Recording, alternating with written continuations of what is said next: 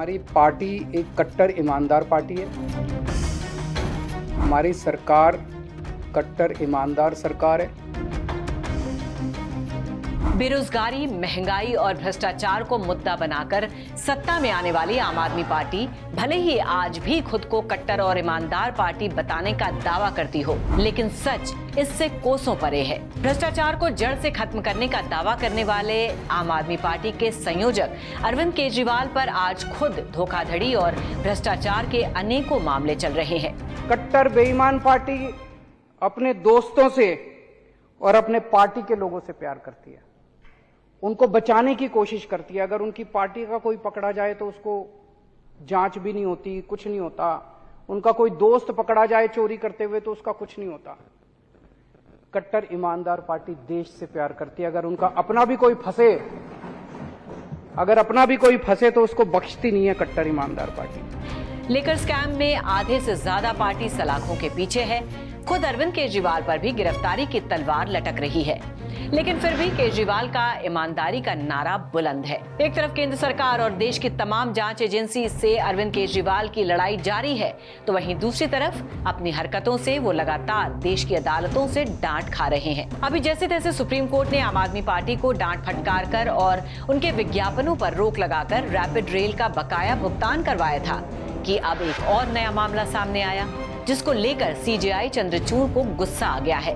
Supreme court की एक पीठ ने मंगलवार को कथित अतिक्रमण को लेकर आम आदमी पार्टी से ये सवाल किया है कि दिल्ली हाई कोर्ट को दी गई जमीन पर किसी राजनीतिक दल का ऑफिस कैसे हो सकता है। सुप्रीम कोर्ट ने नाराजगी व्यक्त करते हुए अरविंद केजरीवाल की पार्टी से राउज एवेन्यू स्थित उसके ऑफिस के बारे में पूछा, जो दिल्ली हाई कोर्ट को दी गई जमीन पर बनाया गया था। मामले पर सुनवाई के दौरान सुप्रीम कोर्ट के चीफ जस्टिस डीवाई चंद्रचूड़ ने कहा, कोई भी कानून अपने हाथ में नहीं ले सकता, कोई राजनीतिक दल उस पर कैसे बैठ सकता है। इस जमीन पर हाई कोर्ट को कब्जा दिया जाना चाहिए। हाई कोर्ट इसका क्या उपयोग करेगा, ये फैसला केवल हाई कोर्ट पर छोड़ देना चाहिए। नाराज सीजेआई ने दिल्ली सरकार की ओर से पेश वकील को चेतावनी दी कि जमीन हाई कोर्ट को वापस कर दी जानी चाहिए। सीजेआई डीवाई चंद्रचूड़ की अध्यक्षता वाली पीठ ने दिल्ली के मुख्य सचिव, लोक निर्माण विभाग के सचिव और राष्ट्रीय राजधानी की सरकार के वित्त सचिव को इस मुद्दे पर एक बैठक बुलाने को कहा है। ये निर्देश तब आया है जब मामले में सर्वोच्च अदालत की सहायता के लिए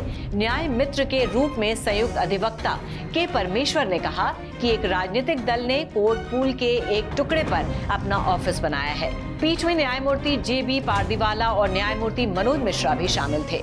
वहीं दिल्ली की सत्ताधारी आम आदमी पार्टी ने अतिक्रमित भूमि पर पार्टी दफ्तर बनाने के आरोपों से साफ इनकार किया है। पार्टी की तरफ से जारी बयान में कहा गया है कि आम आदमी पार्टी मजबूती और स्पष्ट रूप से इस बात से इनकार करती है कि दिल्ली के राउज एवेन्यू में स्थित पार्टी का राजनीतिक मुख्यालय अतिक्रमित भूमि पर बनाया गया है। हम माननीय न्यायालय के समक्ष दस्तावेज पेश करेंगे, जिसमें साफ तौर पर लिखा है कि ये जमीन दिल्ली सरकार की ओर से आम आदमी पार्टी को आवंटित की गई है। पार्टी ने दावा किया कि साल 1992 में यही जमीन आईएएस अधिकारियों और 3 मंत्रियों को आवंटित की गई थी और इस पर किसी भी तरह का कोई अतिक्रमण नहीं किया गया है। हम अपने जवाब के साथ सभी वैध दस्तावेज सुप्रीम कोर्ट के समक्ष पेश करेंगे। आपको बता दें, दिल्ली के सीएम अरविंद केजरीवाल की अदालतों के साथ लड़ाई कोई नई नहीं है।